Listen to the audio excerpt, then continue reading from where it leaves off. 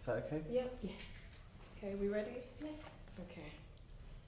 So I'm just going to talk to you a bit, for you to just talk a bit about the homelessness reduction bill, what it is and what are the chances of it getting through. If it doesn't, what will happen. Just, Sure. Okay, go.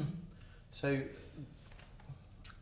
the Communities and Local Government Select Committee last year carried out an inquiry into homelessness, and this was the first inquiry that Parliament had carried out for over 10 years, and it looked at all of the features around homelessness and all of the impacts various things have had.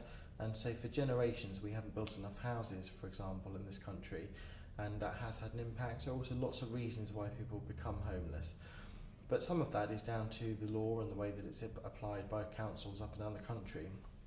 So the opportunity came up earlier this year for MPs to put forward their ideas for private members, which is their chance to change the law.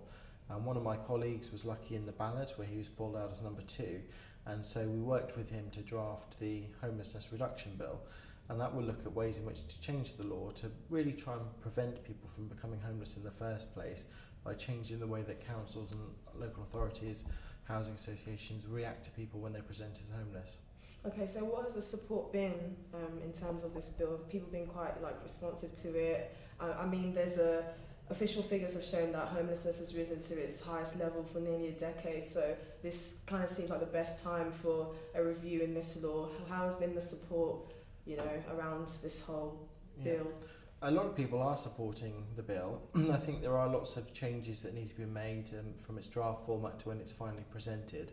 And actually some of this is going to cost some money. So I was very pleased this week when the Prime Minister announced millions of pounds worth of investment into homelessness prevention, which is exactly what we've been calling for. It's on top of the £115 million that was announced in the budget earlier this year. So things are happening and we are starting to address some of the issues around homelessness. But actually, of course, every time you see somebody who's out on the streets, you recognise the scale of the problem. And there's also the hidden homeless people where they're not actually on the streets but they don't have a home of their own. So it's a massive problem that we're trying to deal with that has not been properly addressed for generations really, and it's changed in the way that people are able to sleep on someone's sofa or move around in a way that they didn't in previous generations. So we're making a good start. The private members bill will come before Parliament next week, and then it's a chance us really to see how much support it has across the House and whether it can move forward. So say if it doesn't get through, what would happen? Well, already the government's announced millions of pounds worth of funding towards homelessness prevention, so that's a big start, and it's really put this on the agenda. So the opportunity for people to come and talk to their members of Parliament about homelessness is great, because people are now talking about this in a way they didn't before, and that's on top of the inquiry that we held last year. So for the first time in a decade, this is a key issue in Parliament that's being looked at. There's government money there to try and help people who are homeless as well as prevent it. So I think we've moved the agenda forward. Hopefully we can change the law, because I think it's needed and will help to address these concerns with local authorities going forward. But already we've managed to put this on the agenda and make a real difference. So I believe that the homelessness reduction bill also says it will benefit the public purse. How will it do that? Because more money will be spent, in fact, to keep homeless people off of the street. And very often you have to invest some money up front, so it will cost a bit more. But over the long term you save money. And some of that will be around if people become homeless, it's very expensive to then put them in temporary accommodation. Whereas if you can prevent them becoming homeless in the first place, it's inevitably going to be a lot cheaper. But also if people do become homeless, they get health conditions, perhaps with their physical or their mental health, or they become very vulnerable and then perhaps need other treatment or help and support available to them, which is going to cost money. So the ideal for everybody will be that we don't allow people to get into that position. That's better for them, but also it will save money in the long run. Okay, so do you think that the UK will, still have this same scale of problem in the next 10 years, or this is a step in progress for it, to finally reduce? I think the issue with homelessness is there are many different issues and reasons why people become homeless, and I think you're never going to totally eradicate that issue. So people will always have mental health problems, physical health conditions, or they'll want to run away from their home for one reason or another.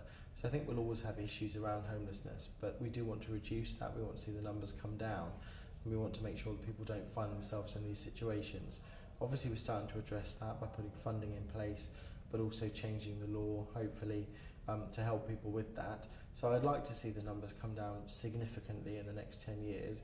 I think we'll never get rid of the problem entirely, and I think the problems will change. So if you look at homelessness now, compare it to the 1970s, the reasons are different, the ways in which people are able to move around or sleep rough have changed.